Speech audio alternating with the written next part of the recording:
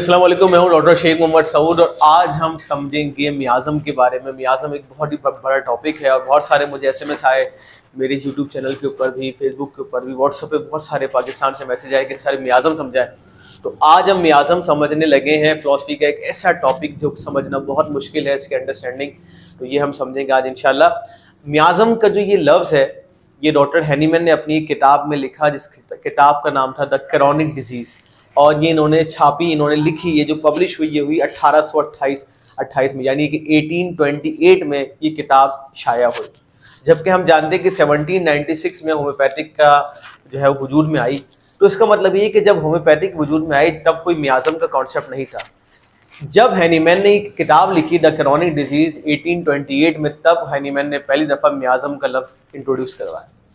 इससे एक बात सीखने को मिलती है कि मियाज़म का लफ्ज़ उस वक्त आएगा कि जब क्रॉनिक डिजीज़ की बात हो रही होगी। एक्यूट डिजीज़ की जब हम बात करेंगे तो मियाज़म का लफ्ज़ बिल्कुल नहीं आएगा, क्योंकि हैनीमैन ने भी अपनी किताब क्रॉनिक डिजीज़ के अंदर मियाज़म का जिक्र किया है। तो जब भी हम एक्यूट केस को सही कर रहे होंगे, आपने कभी भी मियाज़म के बारे में नहीं सोचना है। यही वो साल है और यही वो किताब है कि इसके अंदर हैनीमैन ने 30 पोटेंसी को भी एज द स्टैंडर्ड पोटेंसी बताया कि 30 इज द स्टैंडर्ड पोटेंसी।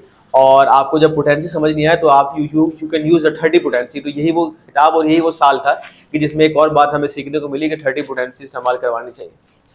अब मियाज़म बेसिकली एक लफ्ज़ का मतलब है क्लाउड का, जैसे कि बादल है, धुंध है, पॉल्यूशन है, इसको मियाज़म कहा जाता है।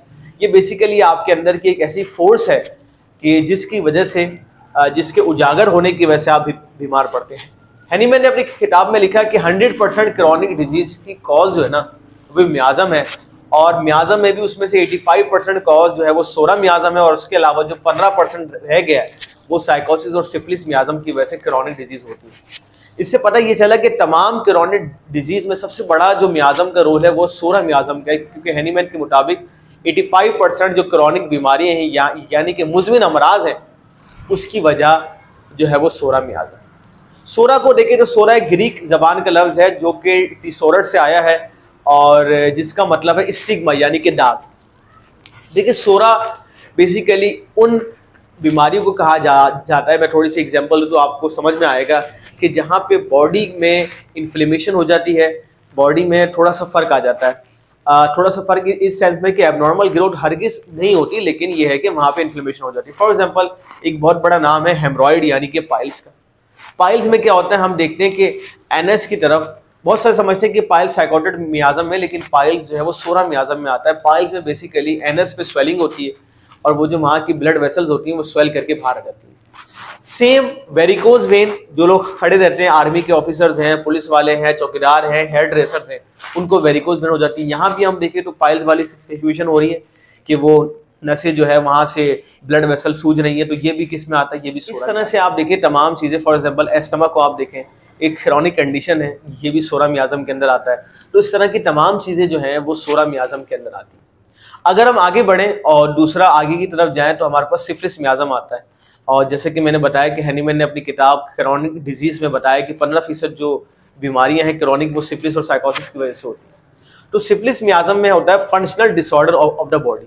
अभी तक हमने पढ़ा था कि अगर बॉडी में इन्फ्लेमेशन है और एलर्जी कंडीशन है तो ये सारा सोरा मियाज़म में आएगा। कहीं भी इन्फ्लेमेशन है और कहीं भी allergy condition, for example acne हो गई, ये सोरा मियाज़म में आ गया। एलर्जी कंडीशन में हम देखें आर्टिकेरिया हो गया, एक्जिमा हो गया, सोरियासिस हो गया, एलर्जी कंडीशन है, ये सोरा मियाज़म में आ गया।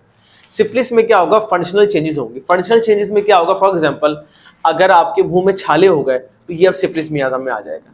अगर आपको डायरिया हो गया तो ये सिफिलिस मियाज़म में आ जाएगा। अगर आपको डायसेंट्री हो गया तो ये सिफिलिस मियाज़म में आ जाएगा। ऐसे दाने के जिसमें से एक्सुडेशन आना शुरू हो जाए तो ये फिर सिफिलिस मियाज़म में आ जाएगा। आपके सर पे डैंड्रफ है, ये सोरा मियाज़म है, लेकिन जब डैंड्रफ पस की सूरत इख्तियार कर ले और बाल एकदम जो है वो गुच्छा बन जाए तो अब ये सिफिलिस मियाज़म में आ जाएगा।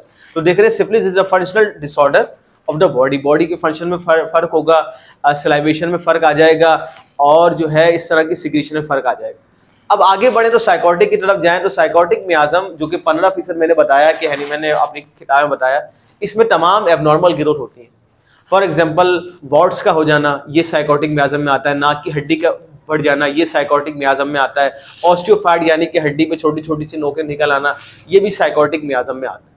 तो इस तरह से आप देखें हैनीमैन ने 3 मियाज़म को डिफ्रेंशिएट किया 1828 में, और इसी साल हैनीमैन ने बताया कि 30 इज ए स्टैंडर्ड पोटेंसी। तो ये दो बातें हैनीमैन ने अपनी किताब क्रोनिक डिजीज बताई।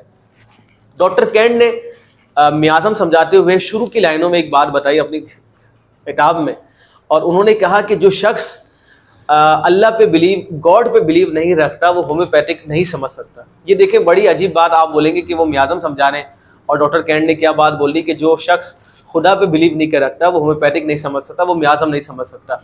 इसका मतलब ये कि मियाज़म का ताल्लुक भी स्पिरिचुअलिटी से है, एक फिलॉसफी से है, एक आर्ट से है।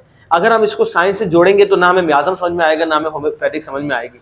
इसके साथ साथ डॉक्टर कैंट ने ये भी बताया कि भाई मियाज़म का बहुत बड़ा रोल है, और ट्रीटमेंट के अंदर भी मियाज़म का बहुत बड़ा रोल है, और इलाज के अंदर भी अगर आप मियाज़म को समझ जाएं तो आपके लिए इलाज करना आसान हो जाएगा, क्योंकि 3 ही टॉप मियाज़मेटिक रेमेडी हैं। वैसे तो हैनीमैन ने किताब में 16 एंटीसोरी की 37 मेडिसिन बताई हैं अपनी किताब क्रोनिक डिजीज के अंदर।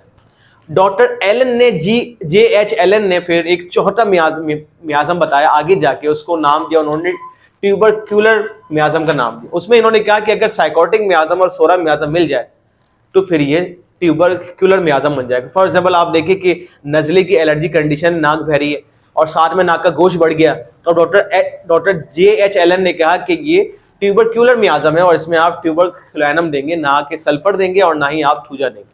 तो ये बाद में उन्होंने इंट्रोड्यूस करवाए, लेकिन हैनीमैन जब तक थे तो ये 3 मियाज़म ही चलते रहे। और ये बताने का मकसद ये था कि आप समझें, अगर आप कहीं पढ़ें कि भाई चौथा मियाज़म जो कि ट्यूबरक्यूलर मियाज़म का नाम है, तो आपको समझ में आए कि ये JH एलन ने बताया, उन्होंने ये बताया, और ख़ास तौर पे ये नाक के गोश्त और नाक की हड्डी के हवाले से इन्होंने ये बताया कि जब साइकोटिक मियाज़म और सोरा मियाज़म आपस में मिल जाए तो ये ट्यूबरक्यूलर मियाज़म कहलाता है। इसकी रेमेडीज़ की बात की जाए तो सोरा की सबसे बड़ी दवा जो है वो सल्फ़र है। सोरा के सिम्टम को समझना है तो आप विलियम बोरिक में सल्फर को पढ़ लें, आपको सोरा के सिम्टम समझ में आ जाएंगे। इसी तरह सिफिलिस को समझना है तो आप मर्क सॉल्ट के सिम्टम पढ़ें, और साइकोटिक को समझना है तो आप थूजा के सिम्टम पढ़ें, आपको साइकोटिक मियाज़म समझ में आ जाएगा। इससे होगा क्या कि जब भी कोई मरीज आपके पास आएगा, आपको दवा का इंतखाब करना अगर मुश्किल हो रहा है और आप देख रहे हैं कि आपकी दवा करामात साबित नहीं हो रही, तो आप एक एंटी मियाज़मेटिक रेमेडी दे सकते हैं। हमेशा एंटी मियाज़मेटिक रेमेडी आप हाई पोटेंसी में देंगे। मिसाल के तौर पे अगर सल्फर को आप एज अ सिम्टोमेटिक मेडिसिन दे रहे हैं तो आप 30 पोटेंसी में देंगे, लेकिन अगर एज अ मियाज़मेटिक दे रहे हैं तो आप 1 mg पोटेंसी में देंगे, और उसको वीकली या 15 डेज के बाद रिपीट करवाएं। उम्मीद है ये मियाज़म की थ्योरी आपको समझ में आई होगी। कोई भी सवाल हो तो कमेंट सेक्शन में जरूर बताएं। इस वीडियो को जरूर लाइक करें, चैनल को सब्सक्राइब करें, दोस्तों के साथ शेयर करें। शुक्रिया।